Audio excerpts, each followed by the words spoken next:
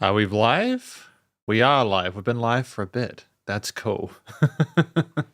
Awesome. Awesome. The stream is good. I think the stream's okay. Gonna get out of that window now. Make the chat big. And 175. Good. Sup, Dinner Box. And Sup Shredders, my name is Logan, aka Spiderhands, and welcome to SP Livestreams, where today we're going to be checking out the top 5 tracks from top 5 tracks. It says top 10, so I was initially going to do 10, but then I had a look at the top 5 live streams that I used to do, and I realized that they were long live streams, and so I'm starting with 5 tracks. Just in case we yammer or stammer or there's any technical issues. So we have got 5 tracks today, the top 5 tracks from Bruno Mars on Spotify, switching over to here. Hopefully you all are doing well. If you're a fan of Bruno Mars, feel free to let me know what your favorite Bruno Mars song is. Often with these live streams, I will have people say, those aren't Bruno Mars's 5 best tracks. And I think that's good. I think it's good for people to tell me what those songs are. This is according to Spotify. The 5 tracks we're going to be listening through today are When I Was Your Man, Locked Out of Heaven, Just the Way You Are, Upper to Upped, and then Die with a Smile. Now, to be fair, I've already reviewed Die with a Smile. So I'll be listening to that song again, but honestly, I don't mind listening to that. It's a good song. It's a good track. So, yeah. I suppose we'll get into it. We'll turn listening time on, I suppose. If anybody has any questions about anything, feel free to let me know. We're just getting back into like regular weekly live streams. Apparently as well, just before I get into it, Bruno Mars is currently the most listened to musician on Spotify at a total of 118 million listens per month. So that's not listeners, should I say, monthly listeners per month, which is wild. But yeah, hopefully you're doing well, Blue Dinner Box. Hopefully we get to enjoy some good music today. We're going to start with When I Was Your Man. We'll give our thoughts on each one as we go through. We will have the lyrics up for them as well. We'll make sure to have the lyrics up for those. But yeah, let's do it. When I Was Your Man.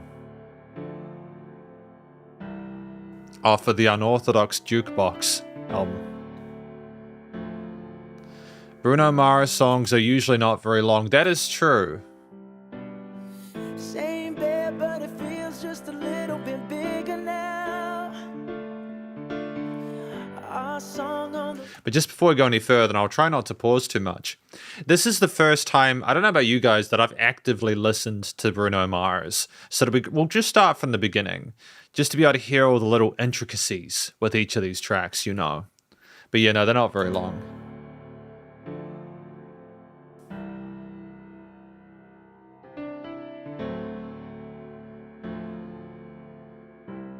When was this released?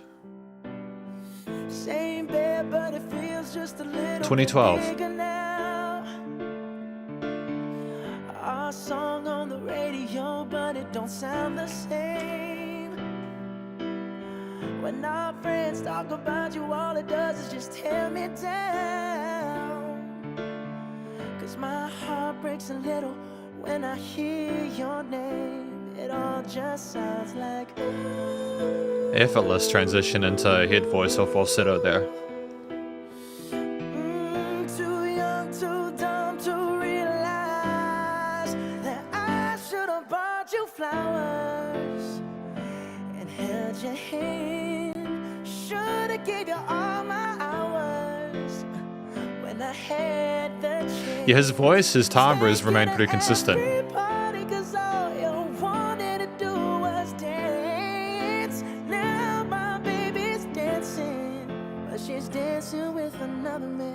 Great transition with the harmony there.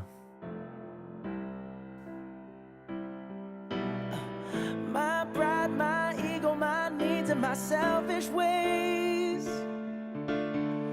caused a good, strong woman like you to walk out my life.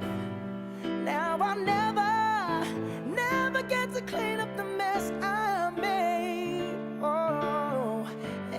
haunts me every time I close my eyes. It all just sounds like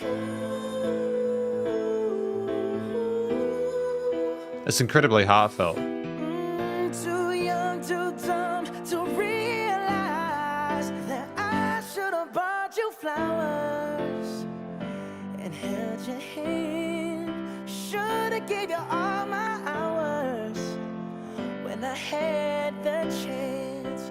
Take you to every party, 'cause all you wanted to do was dance. Now my baby's dancing, but she's dancing with another man. To keep so much of the interest with just the voice as the main lead, all those little flutters and legato movements and the sequencing up and down stuff like that is just fantastic. Each section has a specific range or sort of like effect that he's going for there. There's also the diversity within the actual performance itself. It's really cool. Although it hurts, I'll be the first to say that I was wrong.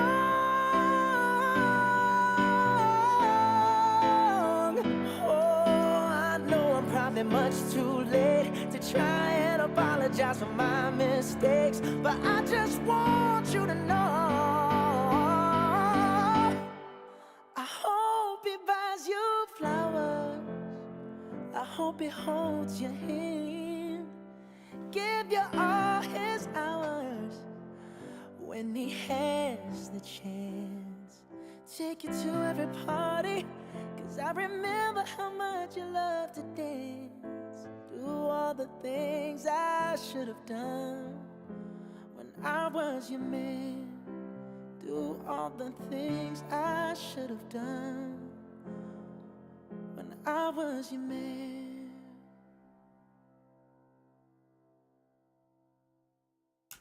I mean, I think it's just a really charming track, isn't it?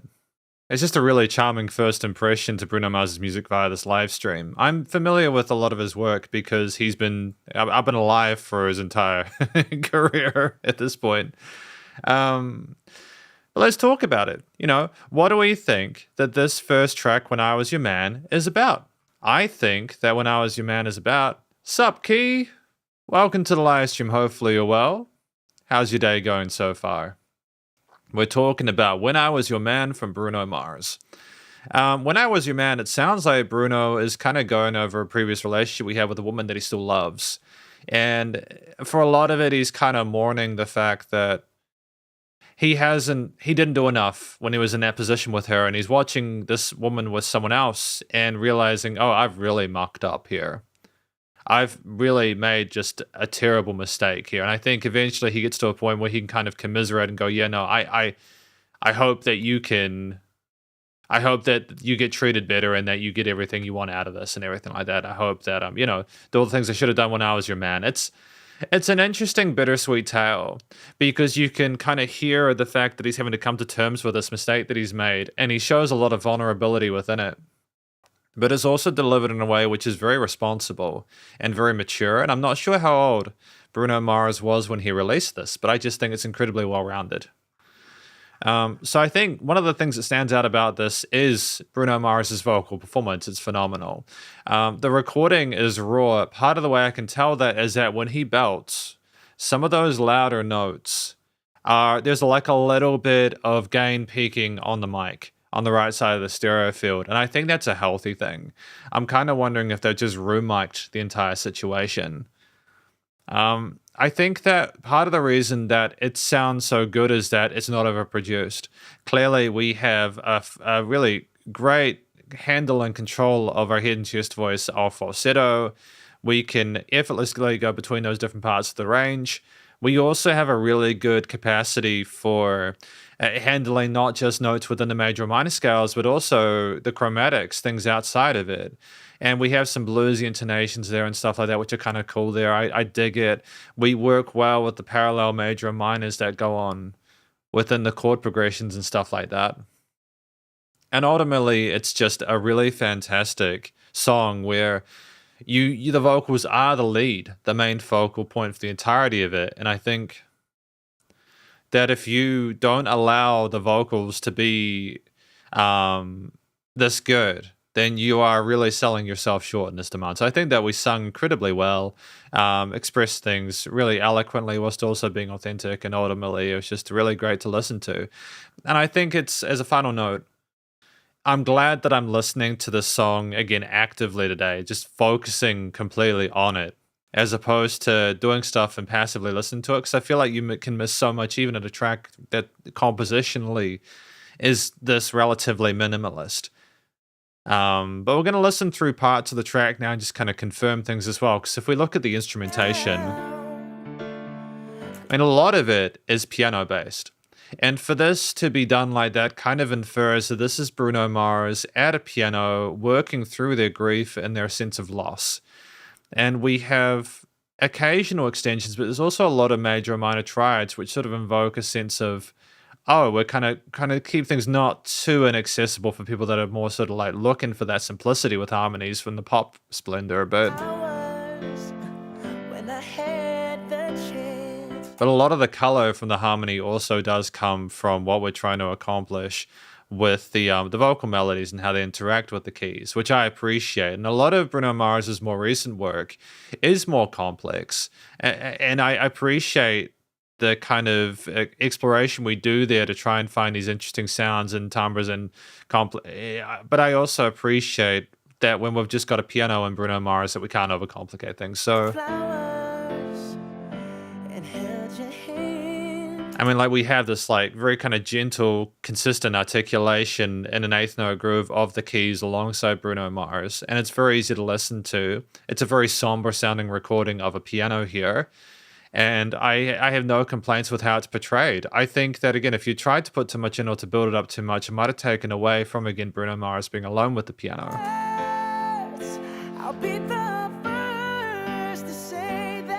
I mean, like, he's pushed at some points, but he does so with great technique, and there's vocal fry there, and it adds a little bit of edge, which is welcome to track where, even though, again, it's very pleasant to listen to. It's pleasant to listen to. It also doesn't. It's not bland at any point. You know what I mean? There's just this natural kind of grit that Bruno Mars has to his voice that is. I'm thinking the word that comes to mind is resplendent. I'm gonna confirm that that is a word, resplendent. It is attractive and impressive through being richly colorful or sumptuous. So that is a word, resplendent. That is good. I'm glad that I'm using words properly today. And I think that the structurally, the different chord progressions that we have there show a clear understanding of where we're at throughout the song. They transition neatly through each other, and ultimately just very savvy in terms of actual songwriting itself. And I think that the parallel majors into minors that we have within certain lines, the half changes there indicate a complexity to what we're going through, and that things aren't all roses. But also, it does resolve to a major, which is great, because it kind of shows that in the end we kind of found peace with the situation we're in, and it was kind of it's sort of a happy-ish ending, I suppose. The studio production, recording, mixing, and mastering is fantastic, and I love the tone, and again, that it's not overproduced. We're not trying to make it sort of like sterile sounding and pretty and polished. You could hear that it's a room recording of Bruno with the keys, but with that said, it is commercial grade in the sense that there's no issues with the actual recording itself. Even that kind of audio gain that I mentioned, it kind of reminds me of kind of old school recordings in like the 70s and 80s and stuff like that, where it just kind of sounds more quote unquote real because it has that minor kind of artifacting, but ultimately just really well leveled. Great start to proceedings here. And I understand why it is in the top 5. So if we move forward, we have the second track for today. The second track for today is Locked Out of Heaven. I don't think I know this one. Oh, I do know this one. I was thinking, what is Locked Out of Heaven? This is what I mean by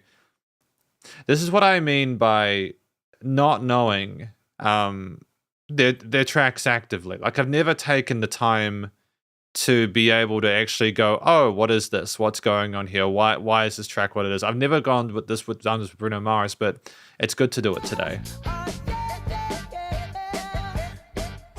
This is more textured.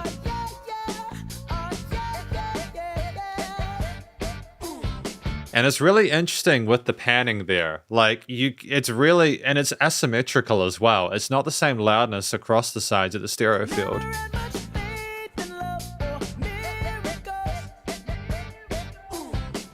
Oh, it's kind of weird.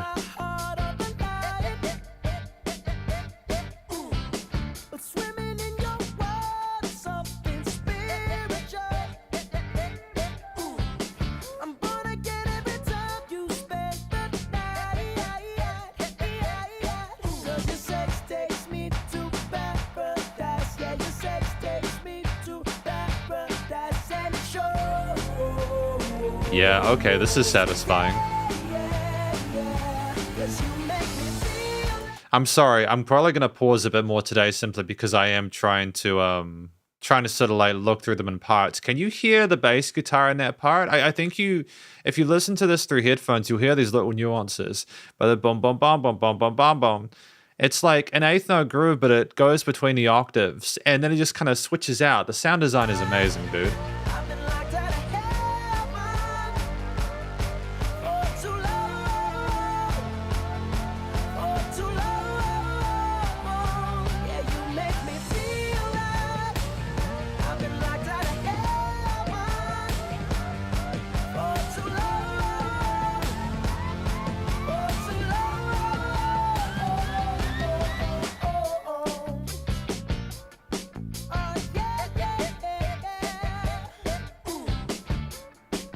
And how it pans from one side to the other is really cool as well.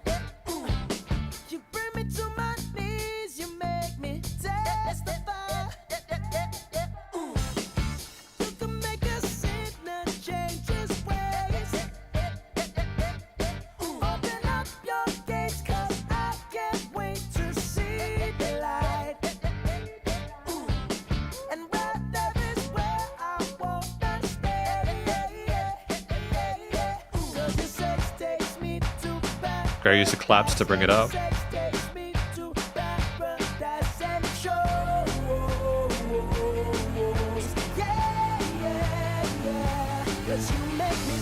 So I apologize. It was do do da da dun dun da da dun dun da. So rolling around the root notes and then kind of going up the octave, or maybe going like 7/8 or something like that.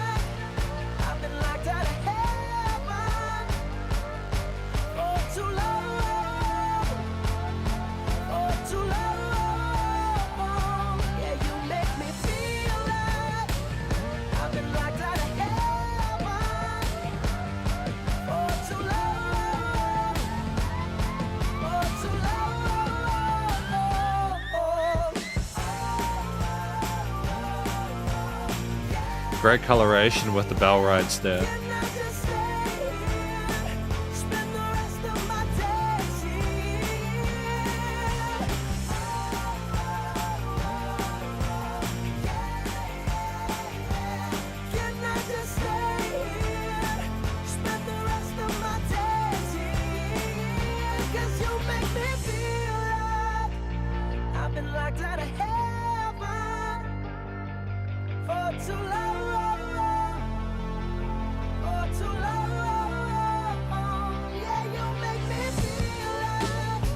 Great use of halftime here to shift things again.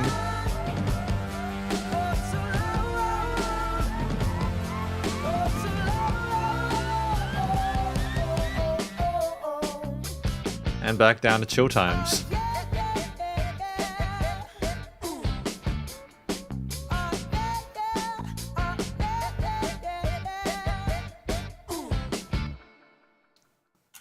So this is a completely different beast to the previous track that we had, When I Was Your Man.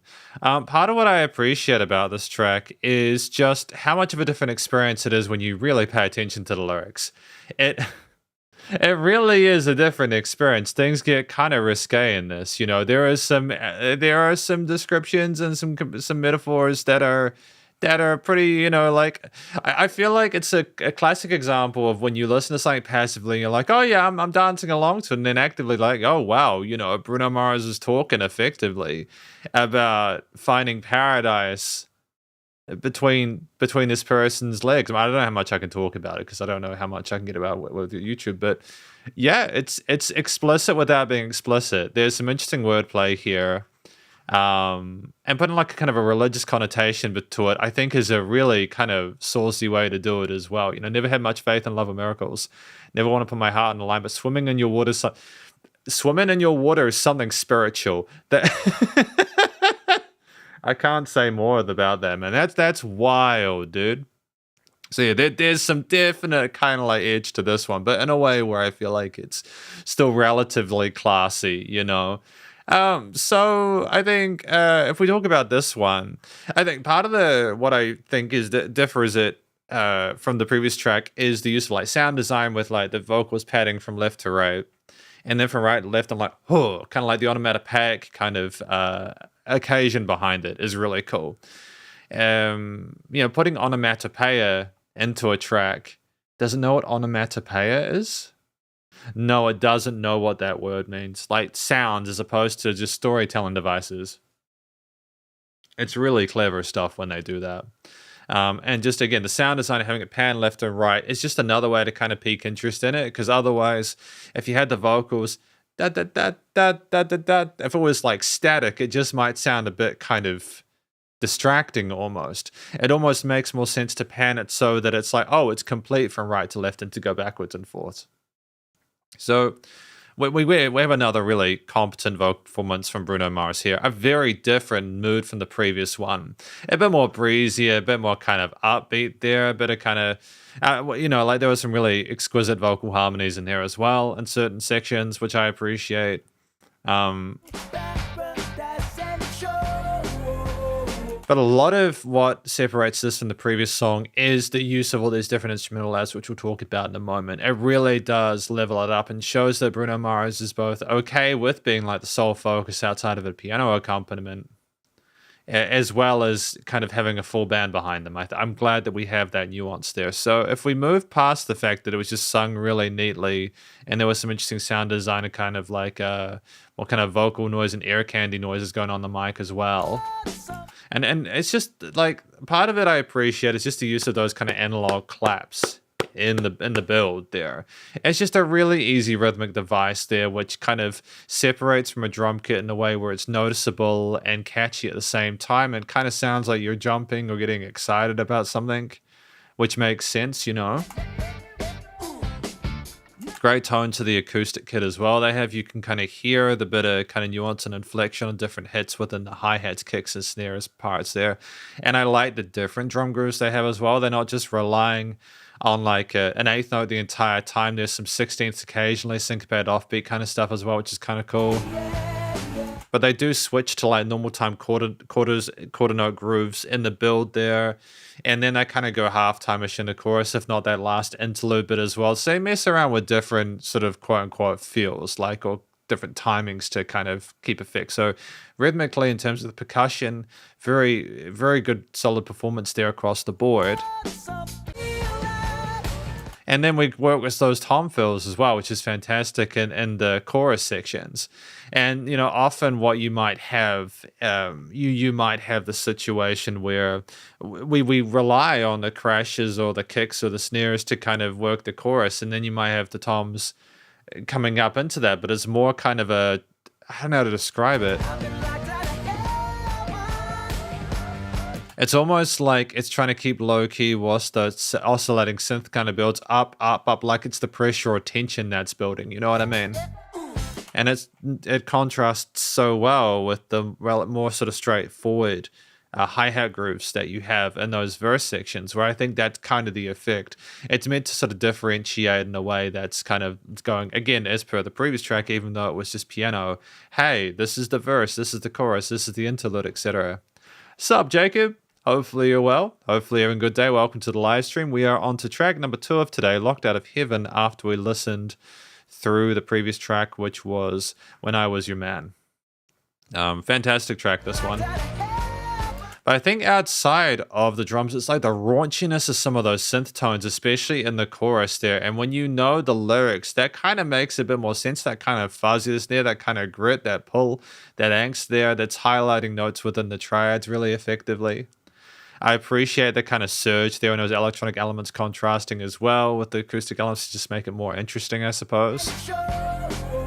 And there's like a bass line underneath kind of popping within the notes of the triads or the chord progressions, but it's also going octaves and 68th notes, kind of do kind of like rolling between the octave and maybe the 7th and 8th of that, which was kind of dope.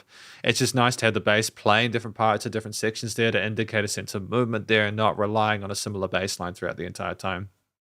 Structurally, things are segmented incredibly well throughout this piece there. And there's very few bits where it's like, why are we doing this? Why is this happening? Which indicates that, again, as I mentioned, Bruno Mars is is comfortable doing both solo stuff and with entire band behind him.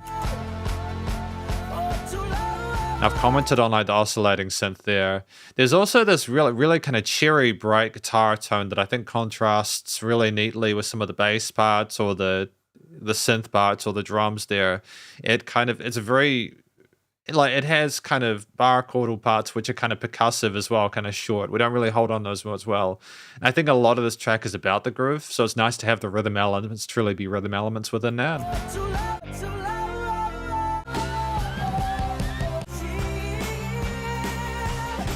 And then, like, I think if there are any held notes, it's typically the pads or the synth leads or whatever. And then you have the bell rides and the interludes as well, which is kind of dope. So, again, there's different characters and personalities to the different parts of it structurally. Overall, I think it's trying to sort of remain suave whilst gently, or maybe not so gently, indicating that it is sort of frustrated, which kind of makes sense, again, considering the lyrics. And I think that it does a good job of not being too on the nose with it, whilst also giving you the full sort of picture if you take your time to actually really pay attention to it. So it's fantastic. Really fantastic track here. I'm glad that I've listened to both of these songs actively and through headphones. It really is a different experience if you haven't heard them through headphones. And I've kind of, part of sort of become more familiar with pop music, so I didn't listen to it. I didn't listen to pop music when I was younger, is that you really appreciate what they're able to accomplish in post there. I suppose to kind of go back to this track in post with the theme and everything like that, it's, again, like the use of the bar chords and the major sort of like major minor chords and triads there are trying to remain relatively chill and suave there. The groove is almost like you're dancing along to your frustration. The synth and the pads and stuff, maybe saying there's a bit of fuzziness there in the oscillating synth, there's that tension rising, as I mentioned. So the instruments are more sort of symbolic of what's trying to occur. And I think ultimately the studio production here is as tight as the previous track, with great sound design in terms of the panning of and automation of different instruments within the mix. I think it's also cool how we were trying to do things with, like, there was a little bit of dynamic range, but it was pretty well glued. Compressed neatly. Nice and loud without pumping. And there was nothing there instrumentally that felt too sort of squeezed together. There's a lot of activity within this track and a lot of things that can go wrong, and they nailed it in post. I think you'd hear things the way they needed to. Filtering as well, changes with the actual synth settings and patterns and stuff there. And Bruno Mars remained a high point as well. Whether he was doing a sort of like main leads or solo or sort of harmonies. And we were cognizant of what we need to do as well in a more complicated chord progression to not overcomplicate it. So yeah, fantastic. Really happy with that track number 2 there. Starting to get more of a feel of what Bruno Mars is about at this point, which is good. Just the Way You Are is not a track that I was expecting. Is this live, by the way? I'm just going to make sure that this is definitely live. We're definitely live. We are definitely live. That's good. Just confirming, because sometimes I'm live and yeah, it doesn't say that I'm live. Good. I'm paranoid about that because yesterday I did a live stream and I wasn't live for 40 minutes, which was not good. It was not good, to be honest. It's nice to know that you're live when you're live, but we will move on. We have done Locked Out of Heaven, When I Was Your Man, both of those tracks off of the Unorthodox Jukebox album. Get that one up on the screen. Seems like a very good album. Seems more like a variety box if those two are as different as each other. It's cool that Bruno Mars is trying a lot of different styles, and I think it also makes it makes it less surprising that he's gone in a different direction as far as I'm aware with his more recent stuff. To what he kind of came out with initially. I think he's a bit more sort of conservative or reserved initially, and now we're doing all sorts of fun ideas. So, Just the Way You Are, track number 3.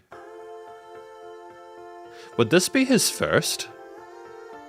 I think this is his first album, isn't it?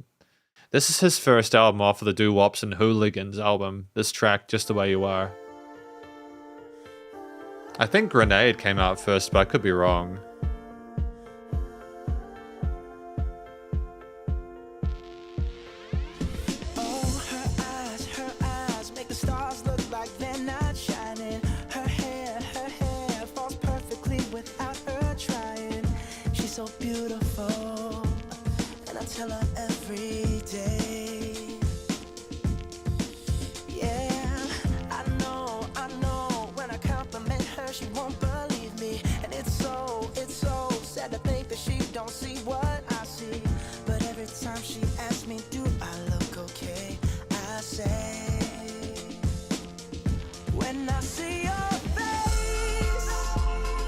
And that bill with their kicks.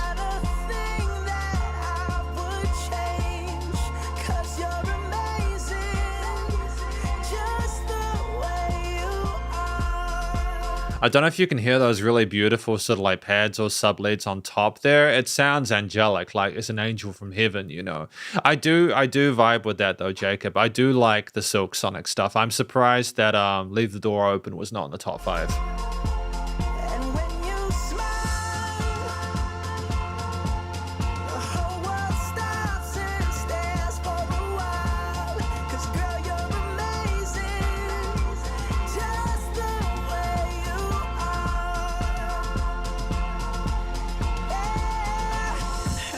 But his voice is timeless, isn't it? It hasn't really changed, has it?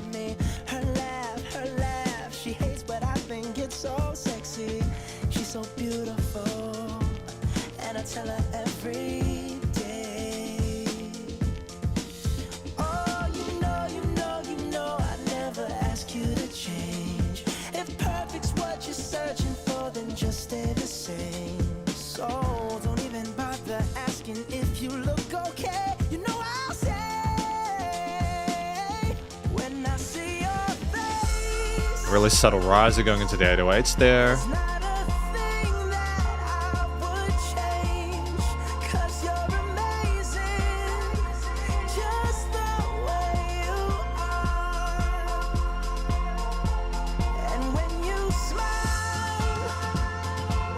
Oh, interesting use of tom hits here. Interesting use of tom hits there. I'm surprised that yeah, I'm not talking clearly, am I? Oh no, never mind. Apparently I am. That's fine.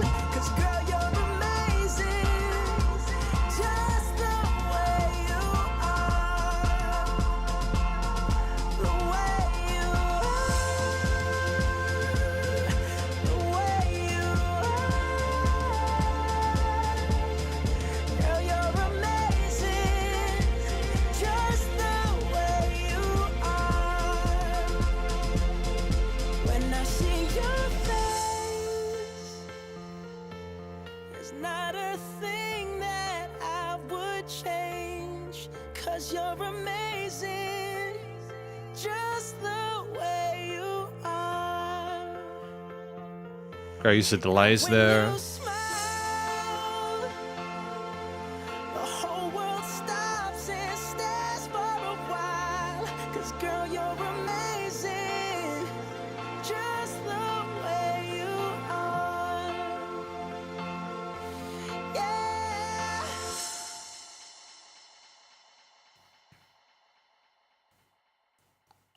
It's those little things like this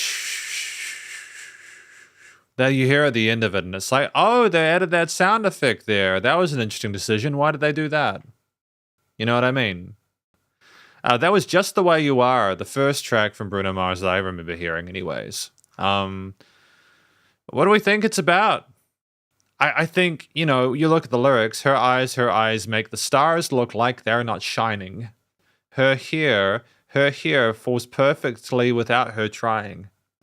I would say that there is value to be found within this from simply having more straightforward stories and songs. I appreciate that, you know, having poetic nuance there and a bit of mystery and intrigue can be great for people.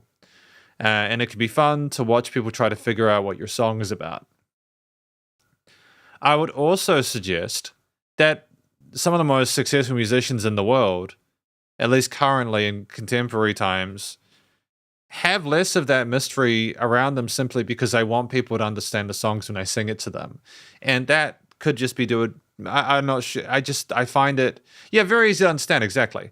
I want to hear a song as a music reviewer and understand what it's about without having to spend the first 5 to 10 minutes after I hear it having to figure that out. And I understand that might come across as entitlement because that's art, right? But when you get to a point where you're basing an entire career off of it, I think it's a little bit different. When you're sharing music in a commercial facet, you need to understand that there's going to at least be the potential for people to not want to listen to your music if they feel stupid after listening to it. So I think that part of what makes Bruno Mars' music work so well is it's that people get it. And it's not done in a way where it's patronizing. I mean, when I see your face, there's not a thing that I would change because you're amazing just the way you are. And the way that Bruno Mars sings this, it's just so timeless and kind and caring and gentle. There is no edge to it. There is no harshness to it. There is almost a conversational tone to some of it. It revolves around the major scales and keys really neatly. There is a constant sense of affection within the expression of it. And I think, what could you have done to improve this, especially for a first release? And I think that's part of why he became successful. It's very effective. I don't think it's done in a way where it's too clean. And even if it was a bit kind of like grittier with the tone, I just think it might have been like, it's like sweet, it's like smooth without being too smooth, if that makes sense.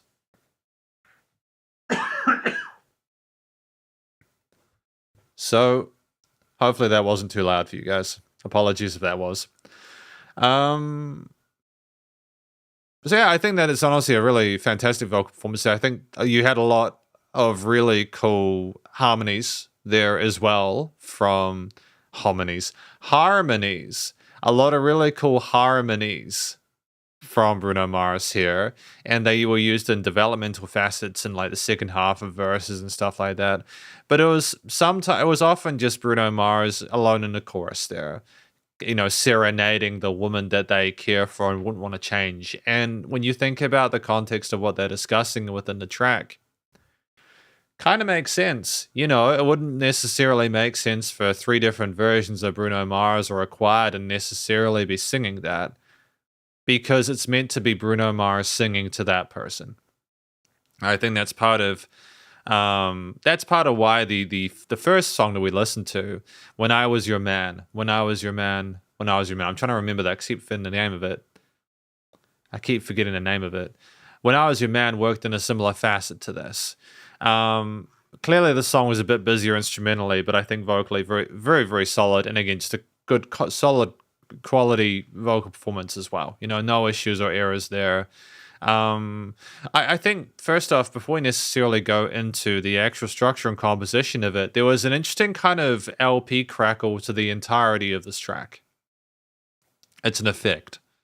They kind of wanted to sound like vinyl a little bit. That gives it an old school kind of sound there. And I think that that's kind of clever because it makes it seem like it's a tale as old as time. It kind of makes Bruno Mars sound a bit like an old soul. I think especially because he was young at this point, that's kind of neat. It opens it up. It's not just a millennial kind of talking about stuff that might be unrelated. If it sounds like it's from the 70s or 80s or something like that, it might hit better for different people. I don't know. So if we go from the top, you have those really beautiful vocal harmonies there that open the piece. And clearly you're put into a position where you can hear that Bruno Mars can sing and can harmonize. And it has got that covered. And it's not overproduced. It's not sterilized in post. It's a solid take. Even if there is a little bit of tuning, it's very, very, very subtle, And you have the keys. But the keys are in a similar frequency range to the vocals in that part, And I think that the reason that they're in a similar frequency range is because they're trying to make everything kind of sound like it's floating and everybody's just in the sky having a great time. She's so beautiful. And then you go to that verse section, and there's this heaviness and a sense of heaviness and kind of groove to the kit there with a mixture of the 8th and 16th note grooves there. And it's really cool, but it's unexpected. It's more like we have that softness of the initial, choir, kind of choir-like harmonies there in that part anyways. And then suddenly it just thuds in. The kicks have punch to them. I think they were maybe trying to balance out some of the styles of pop music in the mid sort of like late 2000s. Some of the more electronic elements or the kind of, like with what Bruno Mars was trying to go for. And I feel like they accomplished that here. But if we move forward, the piano, and you got the vinyl crackle, and then you've got the drums there, and it is a acoustic drum kit from what I can understand. Even if it's sampled, it's elegant. It's elegant, but it's also kind of cool at the same time. It just sounds kind of cool. You know what I mean? I know that sounds basic as hell, but bear with me. We're moving forward, okay? And then you continue with those kind of crispy percussive samples there with the synth leads on top harmonizing with Bruno Mars's upper vocals, and you get that unison there, and things seem like they kind of switch around, and then things come back down again for Bruno Mars to seem like the track has kind of gone into itself, constricted, for it to go in and out again to sort of play with the perception of dynamic range. And I just think there are some sensible compositional, structural decisions being made here, especially with the instrumental layering. I think it's great without being too much. It's just interesting to change the groove on the kit as well for that chorus section. Dun, da, da, dun, da, da, dun, da, da, dun. Almost like we're kind of marching forward. It does kind of lend precedence or a lack of attention without that kind of snare pushing us forward. A mixture of hi-hats and kicks there sort of walk away from what's going on with the vocals and allow those to be the focal point, as opposed to maybe nodding a hit to the groove of the drums in those verse sections and stuff like that.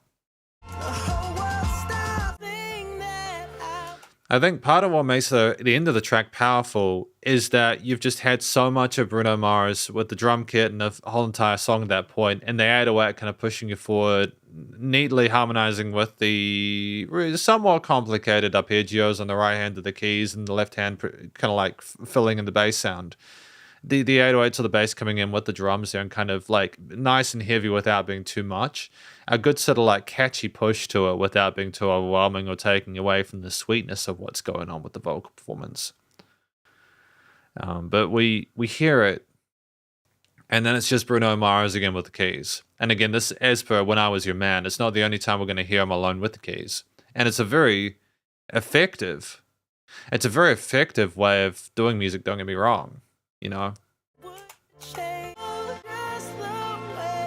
And you have those synth strings in the background with a bit of sparkle in the upper end there, because the strings were like a more subtle kind of side layer as well. Because in this track, you have great use of main and sub layers there. The percussion, the 808s, etc., the bass, when they're there, they are easily perceptible. They are more in your face. But then you have the strings on the side, which allow things to kind of float, and then you've got the sparkly kind of lead synth hitting some of the higher notes that Bruno Mars hits in that chorus there, and they are there for flavor, you know, with the keys throughout.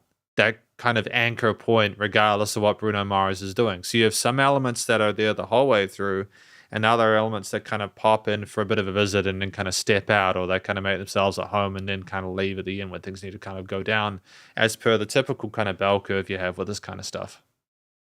So, ultimately, just a really interesting track in terms of its structure. And I think that, you know, it's not my favorite Bruno Mars track, but I think it's a solid start, and it just kind of gives you the feeling that you can kind of assume if what's being said is true and virtuous, that they're a pretty good person. I think Bruno Mars, earlier on to his career, there's a bit of edge to it, but I think he was just trying to seem like a nice, sort of personable, relatable guy. And I think that he managed to accomplish that, you know.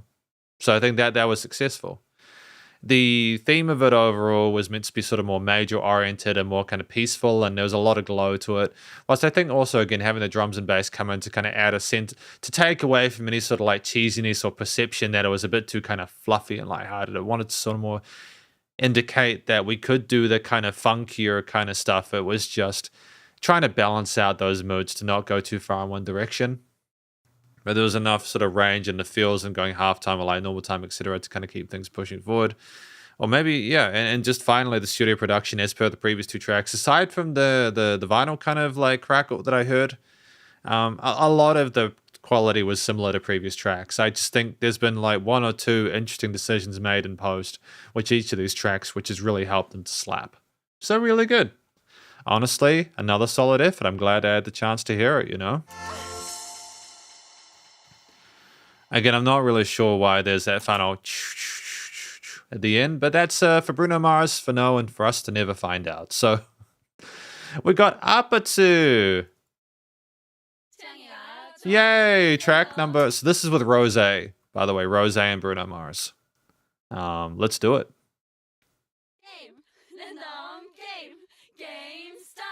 Art there.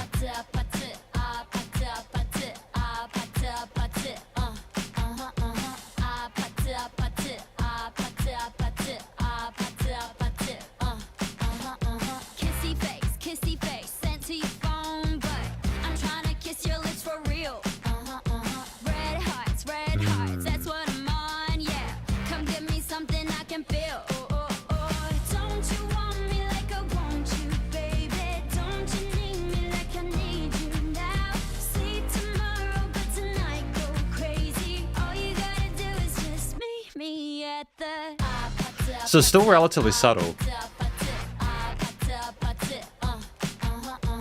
I hear this through car stereos.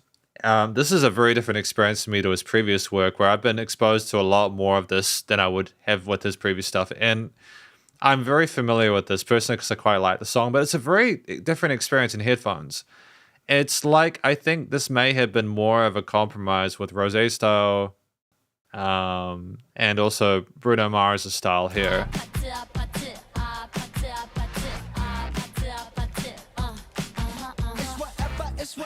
It's whatever you like. Turn this opposite into a club. I'm talking drink, dance, smoke, freak, party all night. Come back, go, what's up?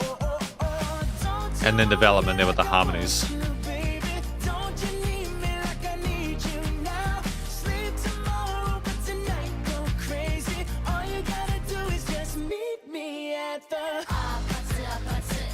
And it's kind of wavering there, which I kind of like.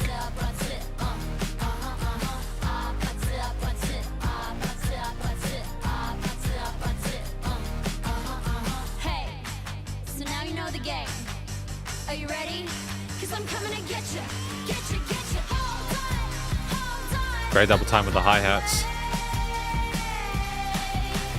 Can you hear that da-da-da-da as well? I'm sorry, I know I'm pausing, but it's just because I got to point this stuff out. It's stuff that you... Great musical response with the panning as well.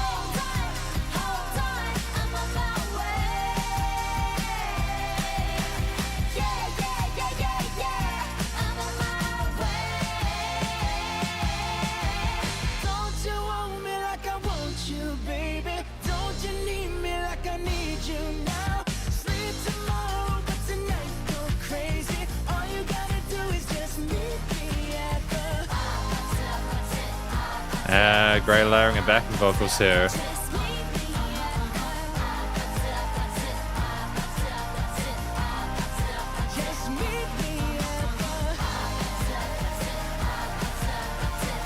Synth?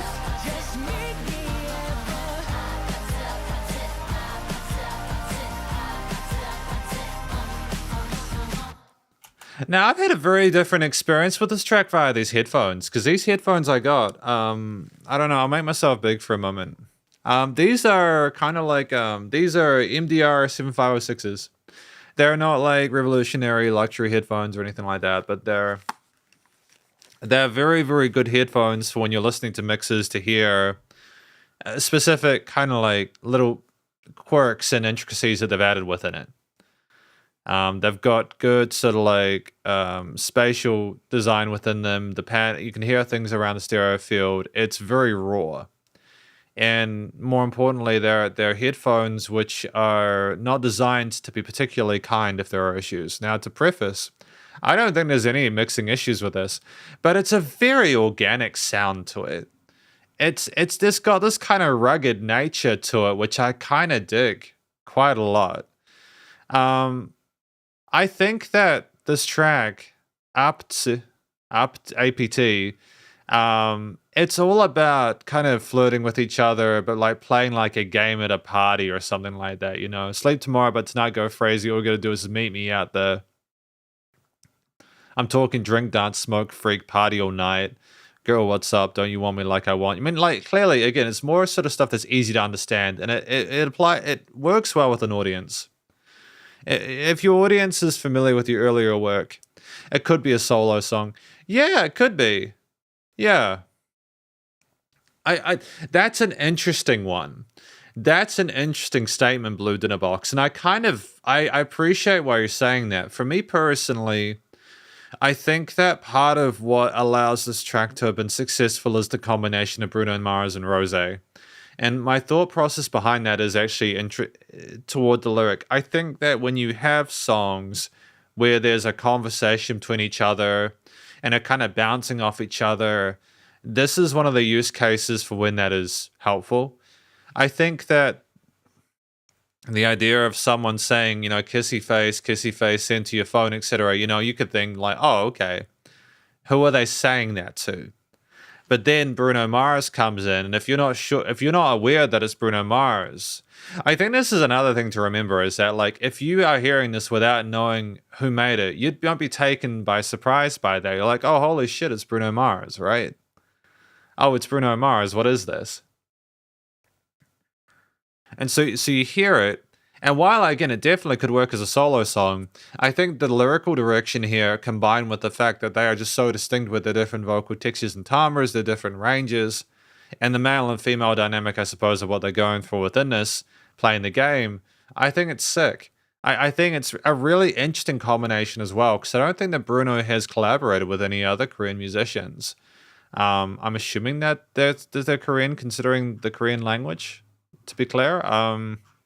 And it was cool to have bits of, like, parts of Korean and parts of like not just Apatsu, but also other parts as well. I think that Bruno Mars spoke some Korean in some parts as well, if I'm not mistaken.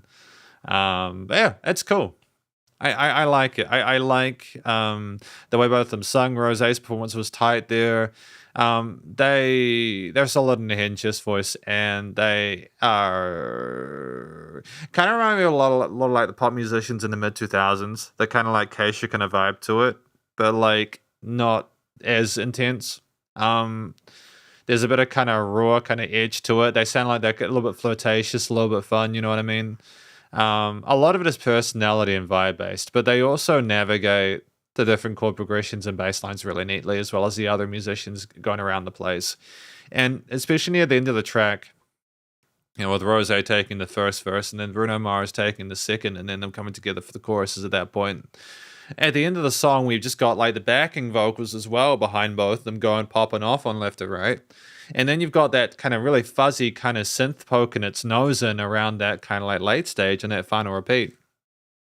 Bearing in mind this track is 2 minutes 49, it's just really well fleshed out. I'm gonna be right back though. I'll be right back. Just gotta get some water.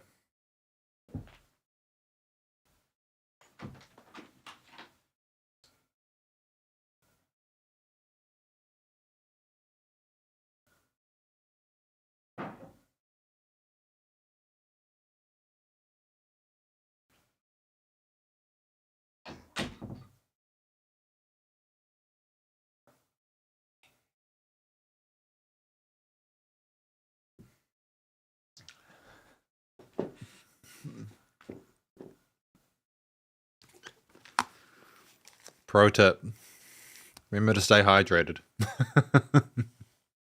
Remember to stay hydrated. It's a really easy to kind of get behind track with lyrics that make sense and you can follow along with, and you can kind of understand the dynamic of both Bruno Mars and Rosé here. Bruno Mars is typical Bruno Mars fashion, but I like that he allows Rose to take the first verse, kind of introduce herself, and he's got his kind of character personality there. The intent is clear, but he seems like he's really trying to sort of factor in, similar kind of level with their performances there. And ultimately, I feel like it's just a really solid collaboration where they're both focused on what they need to be able to accomplish, and it works. And it's catchy as hell, man. Catchy as hell, man.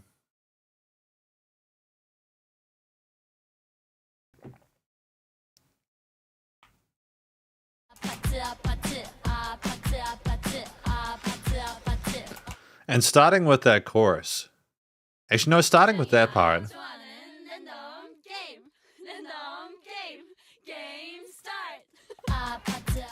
There you go, game start. So it starts with the actual introduction to the game, where I suppose for people who are used to the game, that'd be kind of a cool way to begin, right?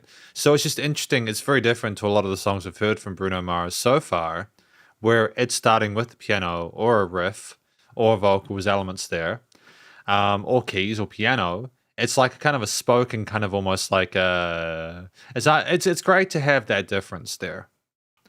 And so we move into the chorus there after that with Apatu Apatu. And that's not like a revolutionary drum beat. Like, I'm Not Gonna Take It by Twisted Sister, if I'm not mistaken. That immediately comes to mind. There are a lot of other songs that have that drum beat, but because the vocals are equally kind of like focused on it, they're not just having the drum beat by itself, it's immediately like, oh, that's kind of catchy. I like singing along to this. Because by the time you're wondering about the game start and why you're listening to like Korean people talking about the drinking game, especially if you're not familiar with the language, boom, hook section.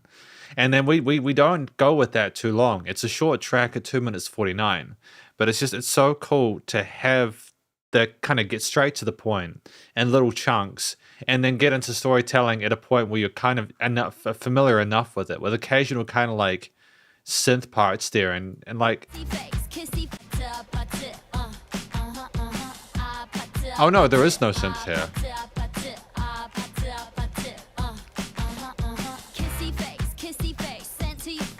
Well, there you go. And we have those synths come in. We don't introduce all the instruments at once. We have a drum groove there, where we're not trying to overwhelm the listener. We're simply trying to get them kind of nodding their head to the chord note groove. 1, 2, 3, 4. And we add that sense of rhythmic variety with the vocals, the kissy face part. And the kind of the offbeat. No, it's not offbeat. It's on the 4 and 1.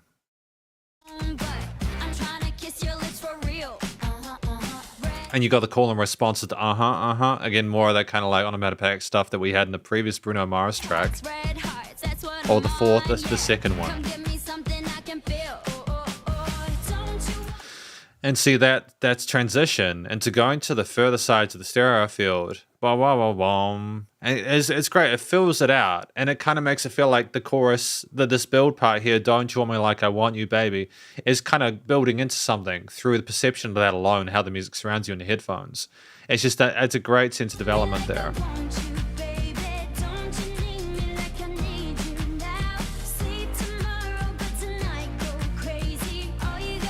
But it's also very subtle and understated. It's understated. It's like not too in your face or pushed forward. It's sort of like the drums are kind of always dominant, and it's almost like it's a bit too similar for my taste. So I know that's maybe sounding a bit kind of weird, but what I mean is I appreciate the feel of the drums. Like, do the drums stay the same throughout?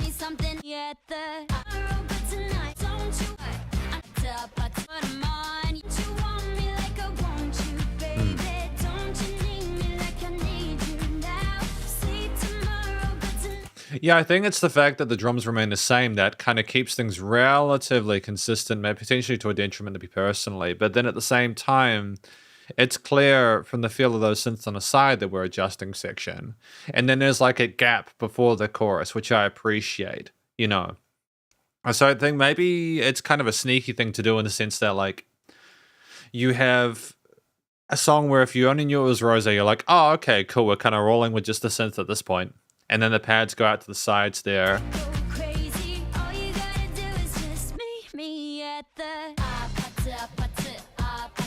But I think the power of this is they add more later on. Not at that point, because I think what they're trying to do is kind of almost treat it's a very gentle introduction to new elements. So by the time that Bruno Mars comes in, it's like, oh, great, we need this extra bit of adjustment there. We're already familiar with everything that we've had so far. And he comes and he lays it down on top there with his own sort of like distinct personality and approach to it. And I think at that point there where you have like the 16th note grooves on the hi-hats and everything like that, and Rose soaring over the mix there, and you had da da da da, you know, we're at that point, 1 minute 45 in, that we need that adjustment there to keep people entertained and interested, because you can't do the trick that you did with the first sort of part where it was just Rose and then add Bruno Mars in the second bit. You then need to kind of have things kind of build up from that point there. And it's almost like there's like this interesting kind of like part where both of them are soaring through the air, and when they both come together in that build there, and then they come down together, and there's like a little fill there on the drums to kind of indicate that something is adjusted there. And so it kind of soars up, like you can kind of imagine both the people playing the drinking, they go up like this and they come down, and then they kind of push forward for that final one where they've got the backing vocals and everything's sort of like rounding out, resolving. And you just, yeah, honestly, this feels kind of, it's a different experience listening to this through headphones. Like you can hear the intent and the effort put into making this a compelling environment to listen to it, because the music there's lots of different vocal takes on either side, and then like Rosé's on one side and Bruno Mars is on the other, and then you got the vocals in this. From a production perspective, it's utterly fascinating. How do I describe it? It's just crazy how they could get the fuzzy synth plus all those different vocal takes plus the bass. Because I think the synth is the bass anyways. I think that's actually it. They've got more of the bass focused on the synths, and then they've got the drums. So that's the bass orient of it, and then they have the vocals on top. So it's just a very unique style of composition, I'd say. A very unique style of composition, to be fair. I don't think I've actually listened to a track like this in a while, and I think that's part of why when we stopped listening to it, I was like, okay, hang on, what are we doing different here? Why does this feel a bit different from what I expected? I think I was making some key assumptions passively listening that when actively listening, I'm like, no, actually, no, this is all there is. How does this work? Why does this work like this? But that's a very strong synth there. That's a very aggressive like lead layer that's kind of really heavy in the mix.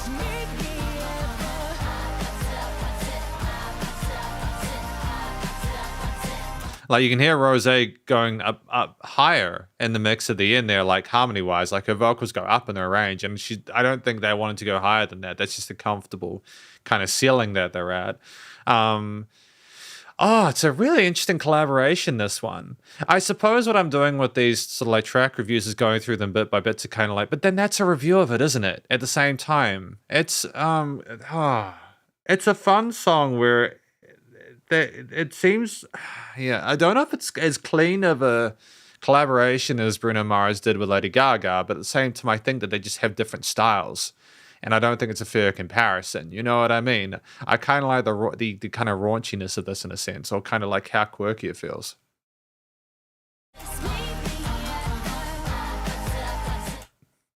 And it's a very bold move. Just to be clear, it's a very bold move to have like that synth be that loud in the mix. Like you don't often have that, but it's just kind of raucous, and it's almost like it's a very kind of chaotic party vibe. So that's cool.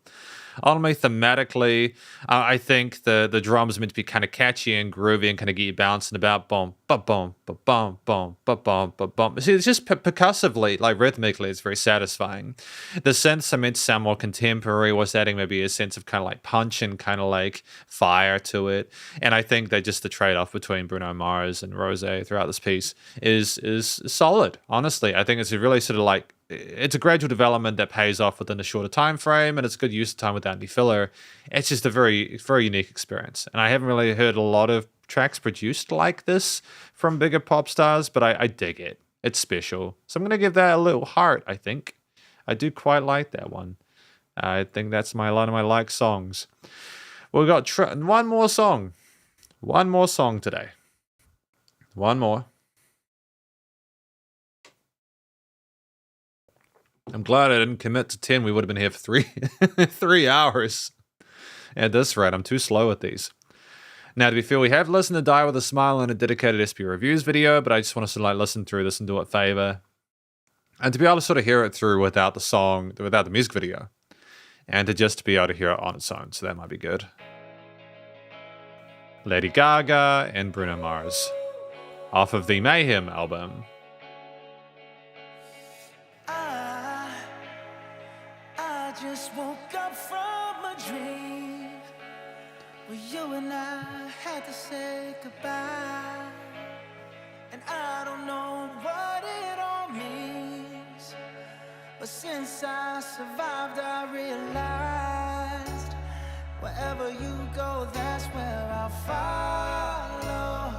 Nobody's promised tomorrow, so I'ma love you every night like it's the last night, like it's the last night.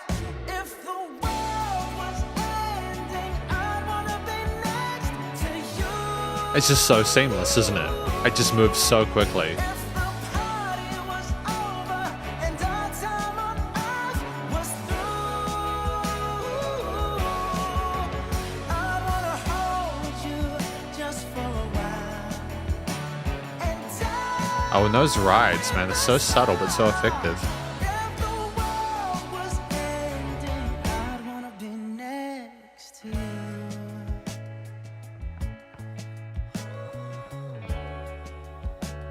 And it's just such a fantastic tone to the basses and the drum kit here. I love the room sound to it.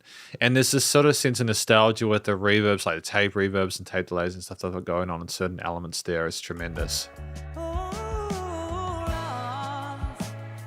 Lost in the words that we scream. I don't even wanna do this anymore, 'cause you already know what you mean to me, and all love's the only war worth fighting for. Wherever you go, that's where I'll follow. Nobody's promised tomorrow, so I'ma love you every night like it's the last Great fry, man. night, like it's the last night. Oh, man. World was ending, I wanna be next to you. If the party was over and our time on earth was through, I wanna hold you just for a while and die with a smile. If the world was ending, I'd wanna be next to you. And she doesn't resolve at that point because she's insinuating that something else is going to occur there. Just really quickly, there seems to be an effect on the vocals there, like a kind of a rotary kind of thing occurring there. And it's really fascinating. It kind of glows in the mix. Right next to you. Next to you. Right next to you.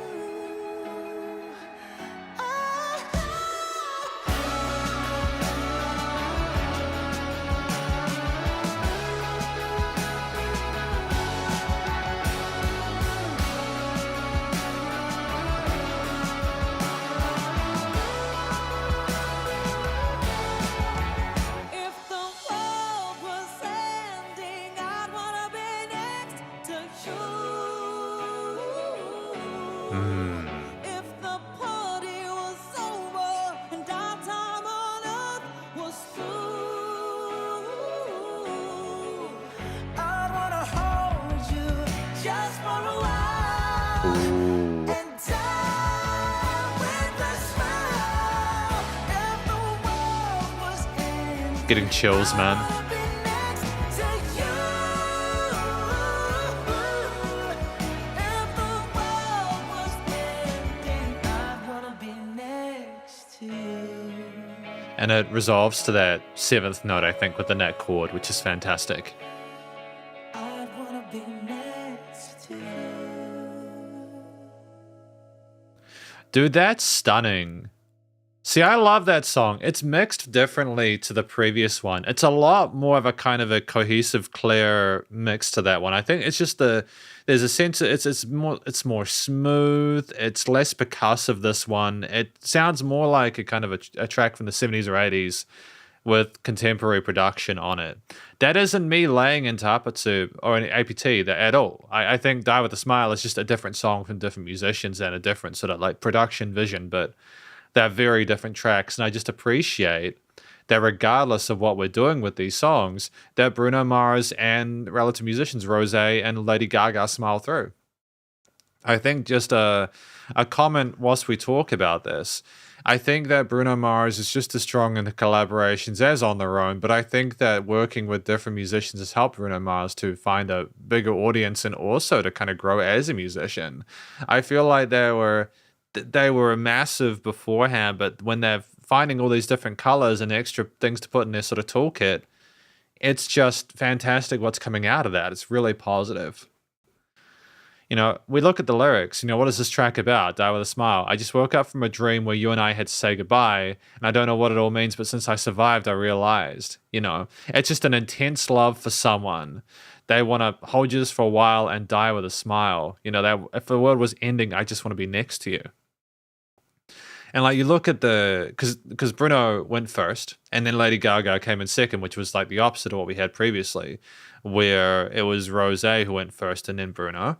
Very different feel as well. Like with Rosé's one, up to talking about a party game, and this where like the end of the world, where like they just wanted to be with each other, and like it's a very different angle to this, and I think that it kind of plays into the strengths of both their branding as well as simply maybe their audiences or something like that.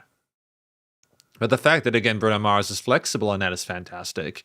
And that he manages to fit his performance and expression in to suit those is fantastic, Because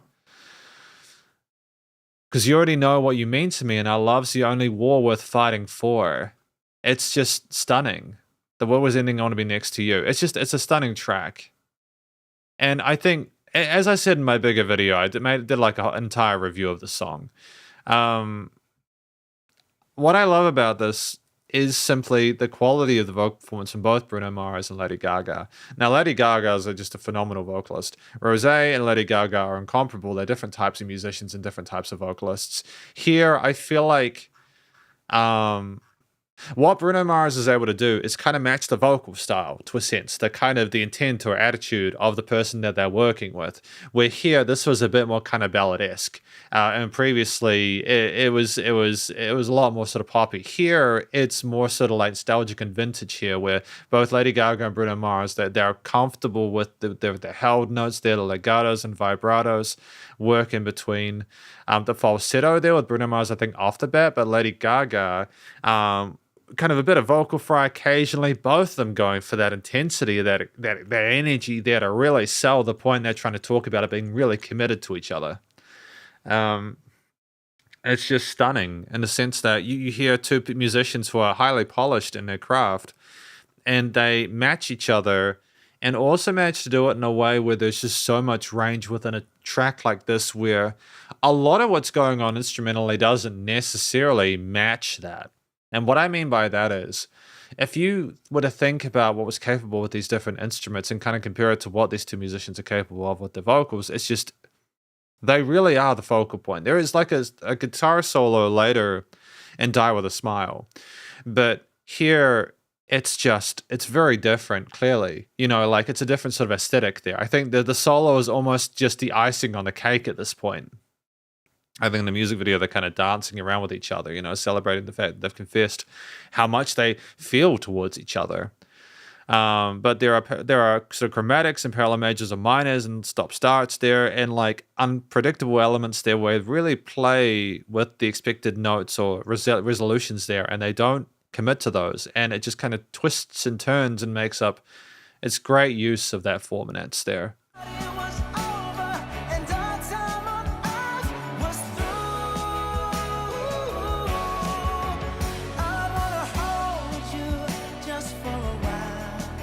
I mean, that's just a timeless kind of piece there, where if we look past the vocals and the quality of the performance there, with both Bruno Mars and Lady Gaga holding their own together, and apart, separately, with a lot of it being less kind of call and responses and more like coming together to weather the storm of the universe.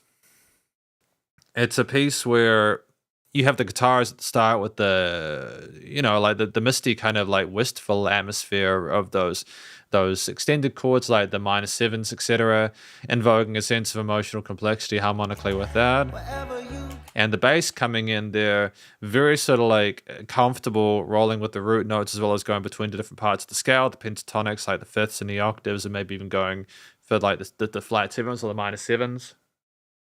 And they dance around within the ether that was created by those guitar chords for the drums to come in and pick things up and be really impactful there with an exploration of the kit across different various grooves throughout the piece there. Very comfortable with its different hi-hat patterns there, and the rides with the 16th note pattern there in the chorus section there, the kick snares, and the tom fills are fantastic as well there. We have an acoustic kit with the guitars and the bass, and it kind of just sounds like two lovers on stage singing how much they really care about each other.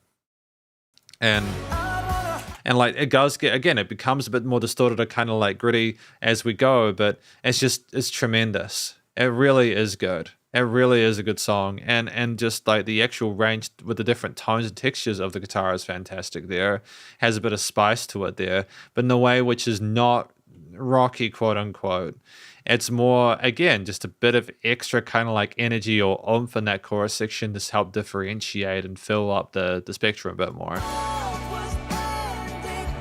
But it's almost a similar comment that I have to up to, where it's sort of like kind of communicating that even though there are these kind of definite kind of like considered kind of like builds and peaks and troughs, they are trying to keep it relatively same-ish in terms of like the gluing and compression, the post stuff there. So it still sounds commercial grade and not to a detriment.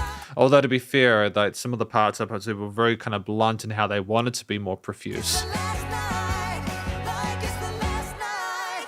But just those situations there where the vocals are like the band is keeping up with Bruno Mars and Lady Gaga there. And like to have the keys kind of work in different notes within those triads there, and kind of messing with expectations with the wisp kind of Strymon-esque kind of guitar stuff in the background is kind of dope. And you have things go down like that before that guitar solo there. And I like that things go back down again, and you have that dynamic range to the piece there perceived by taking away instrumental layers to bring it up at the end there, and for it to sound like, again, an LP record or something like that. Great use of the floor toms and kicks at the end part as well. Again, it's a complicated performance on the drums as well. I think, if anything else, across these various tracks, this is probably the most instrumentally complicated piece. And I enjoy the fact that there are these different layers, especially when they have, again, the music video of everyone playing on stage and stuff like that. You're kind of left to not be able to sort of like take anything away from that. You kind of assume that. But thematically, I think, outside of a stellar vocal performance between the two, and just a really interesting structure and instrumental performance, and like the theme itself, the harmonies, they invoke a sense of how to describe it. They invoke a sense of not necessarily knowing the right way forward moving from this, not wanting to commit to a quote unquote happy or sad, but sort of more just trying to be effervescent in their love for each other regardless, and knowing they'll get through it, whatever comes their path.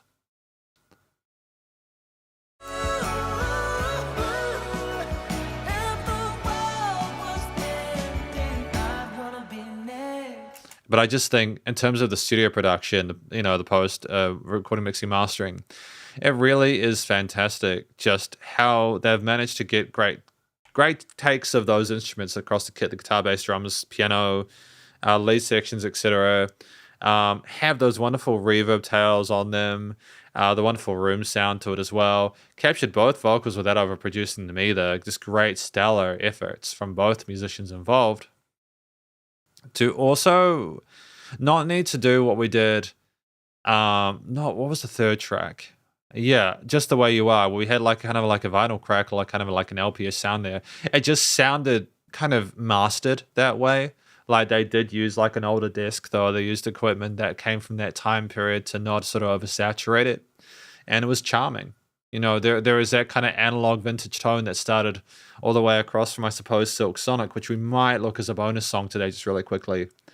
But yeah, ultimately, really solid effort, and I think that that's just it's great again to hear another collaboration between Bruno Mars and another musician that pops off. So I think part of why I wanted to do this today is to sort of go over where is it? I want to listen to Leave the Door Open as a last song for today as a bonus one. Because I do really enjoy the song as well. I think I'm probably going to choose a bonus song if I know one from a musician, just to kind of finish or close things out. Because while I enjoy Bruno Mars' top 5 tracks, I think that I also enjoy this one quite a bit as well, and I just want to sort of round it out because it's very different than what we had previously.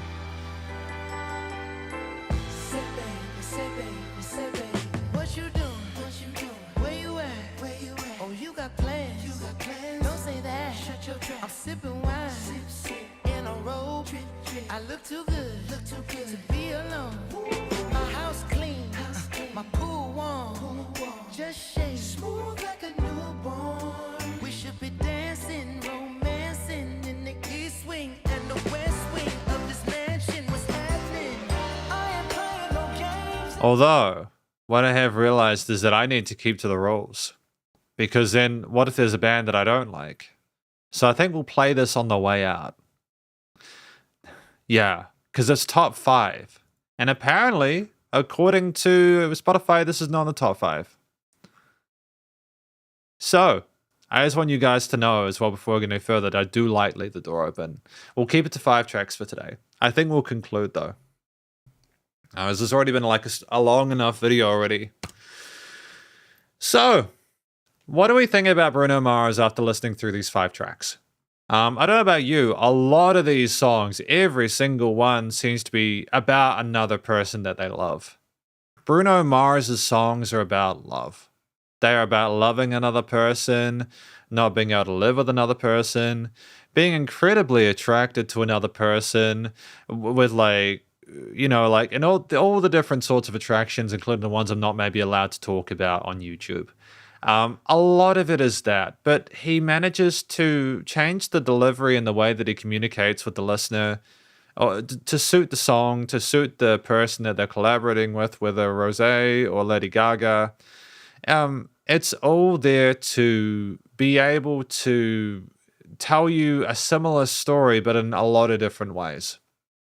I think as Bruno Mars has gotten older, he has done something almost incredibly kind of like mind-blowing to me to keep that sounding fresh. And that may sound patronizing. I don't mean it like that.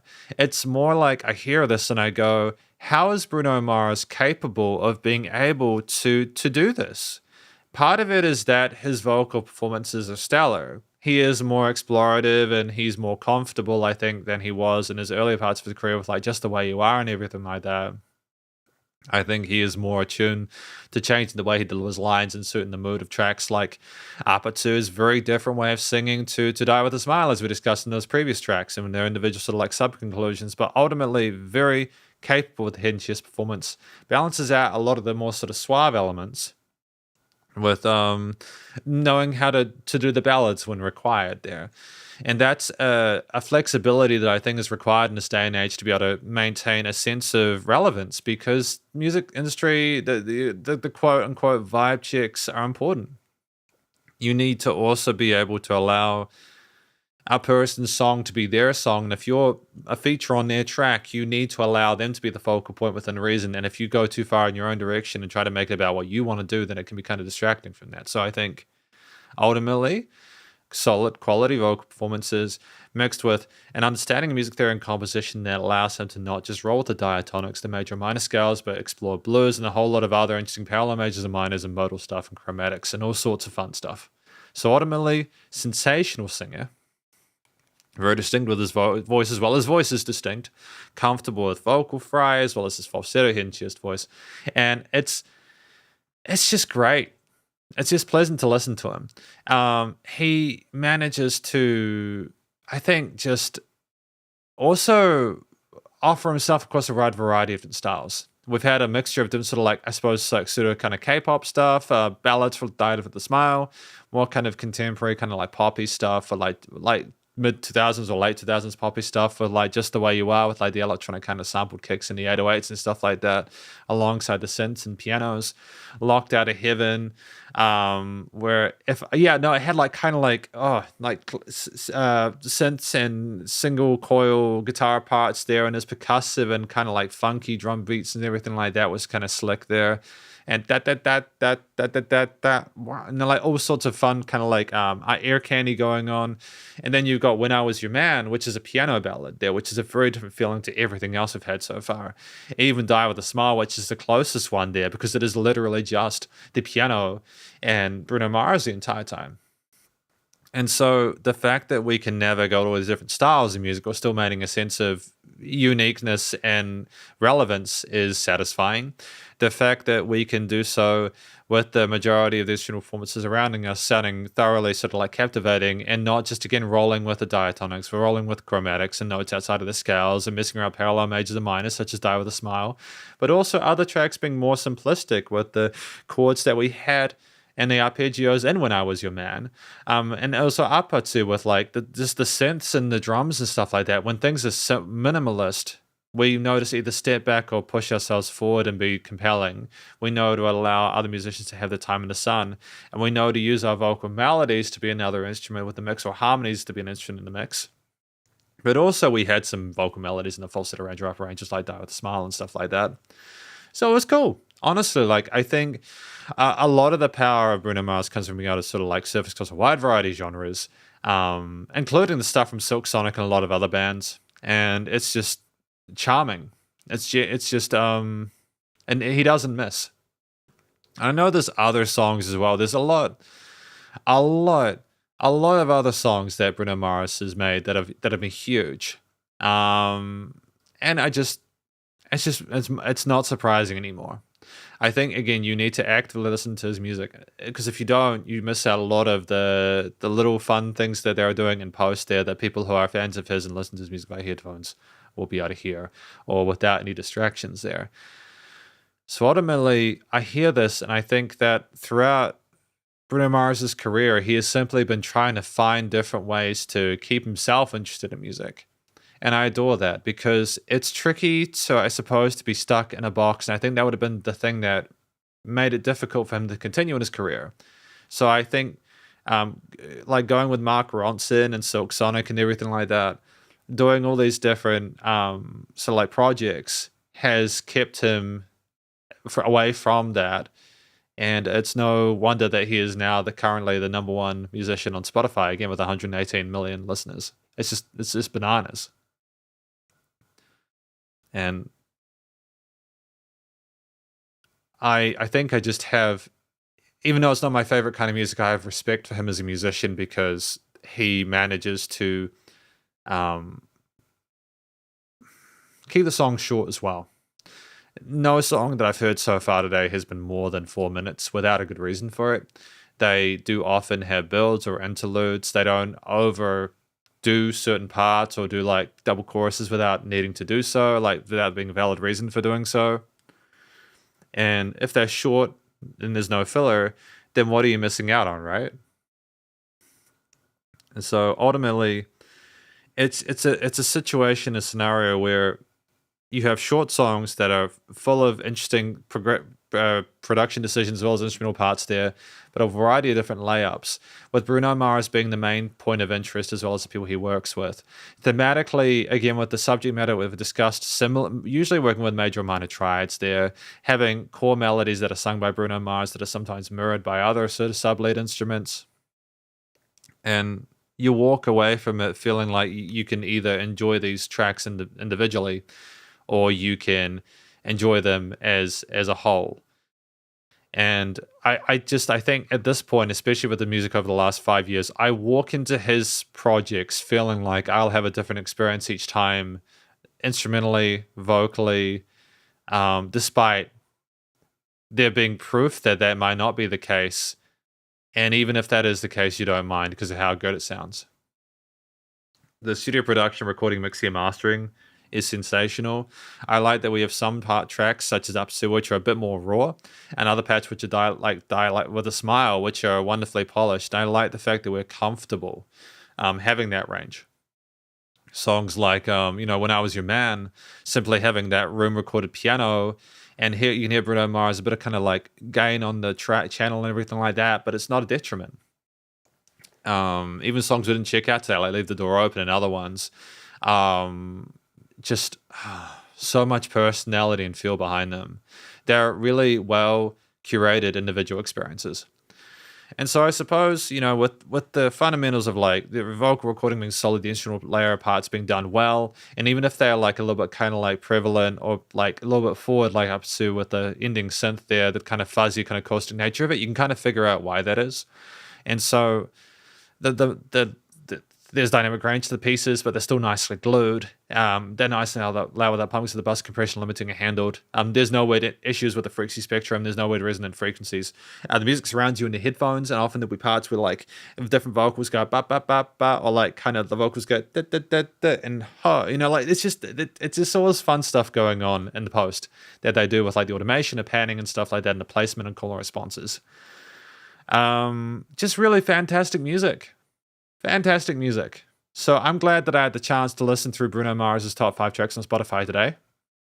I feel like I've got more of an appreciation of his music from doing that. And yeah, hopefully you did too. If you did, please do go show him some love via the various social medias and their Spotify page. And I'm glad to be doing this again. It's good to be. I think we'll probably do Taylor Swift next time. I think it'd be good to check out Taylor Swift's music or something like that. But I'll confirm it on the Discord. If you are a Patreon member, I will make sure to, I will be uploading this to Patreon, so that if you want to watch this, you don't have to watch it with ads. So that's something I want to do for future live streams, is upload them to Patreon just so you don't have ads. Because what I've realized is that YouTube ads are just getting absolutely awful. And I want to make it easier for people and like the $1 tier and up to be able to watch those without ads. I'm not going to make it a 12 tier thing. They'd just be awful. But if you're on the Patreon, link in the description, and you are $1 tier or higher, I'll put this up and you'll be able to watch it without ads. We'll probably do Taylor Swift next time. We might do a fan request live stream next time as well. We'll just see how we go. But hopefully you'll have a fantastic weekend. Thanks for watching. It was good to see Blue Dinner Box as well as Key and Jacob today. Hopefully you have a fantastic weekend, and I'll catch you in the next live stream. Spider hands out. 3, 2, 1. Boop.